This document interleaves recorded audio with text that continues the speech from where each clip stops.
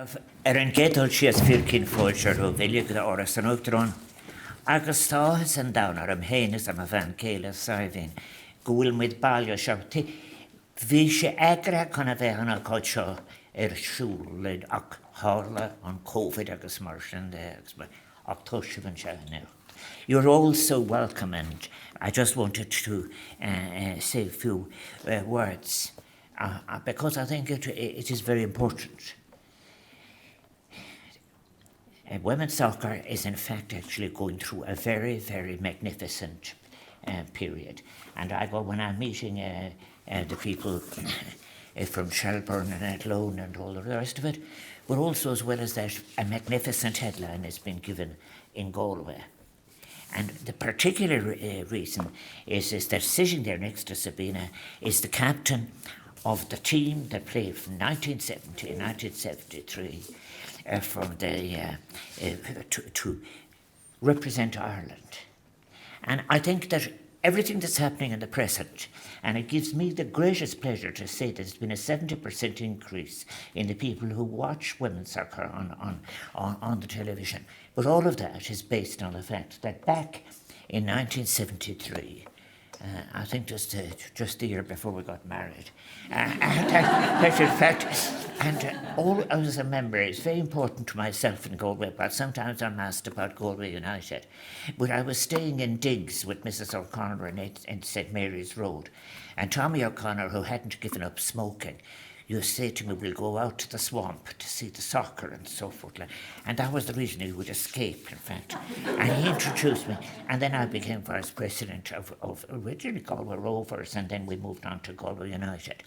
But I hope there's somebody here, but I will be telling them anyway when I meet them, about the people who run soccer in Ireland should realise really that the families that are associated with the league and so forth, and the families who in fact prepare youngsters every single weekend and things like that, that's where the real football is. And I was very, very privileged to know so many of those families.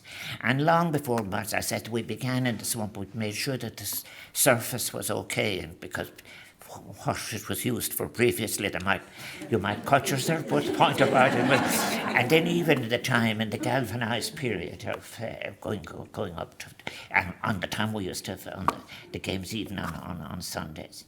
But I just want to pay tribute. It's just wonderful to think that we have with us 22 members of the squad who represented Ireland in the team's first international matches against Wales and Northern Ireland in May and June of 1973. Now, some people played in the home game, and other people played in the away game.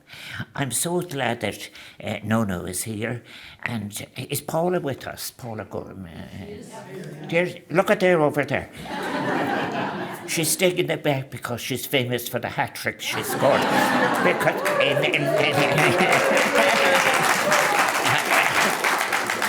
now, I think as well as that, and it was very important to me, I think as well, I think Patricia Broderick is here representing our sister.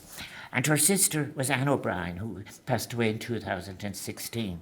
And Anne O'Brien, I'll tell you when people know about football, was the first woman to play professionally abroad. And therefore, now, the name Broderick is very familiar to me as well. I worked with Mr. Broderick in the post office at once, who was a great watercolour painter, by the way. But all of that. So I hope I have conveyed to you a couple of things that are very important. How important in the history of the game you all are as foundation people.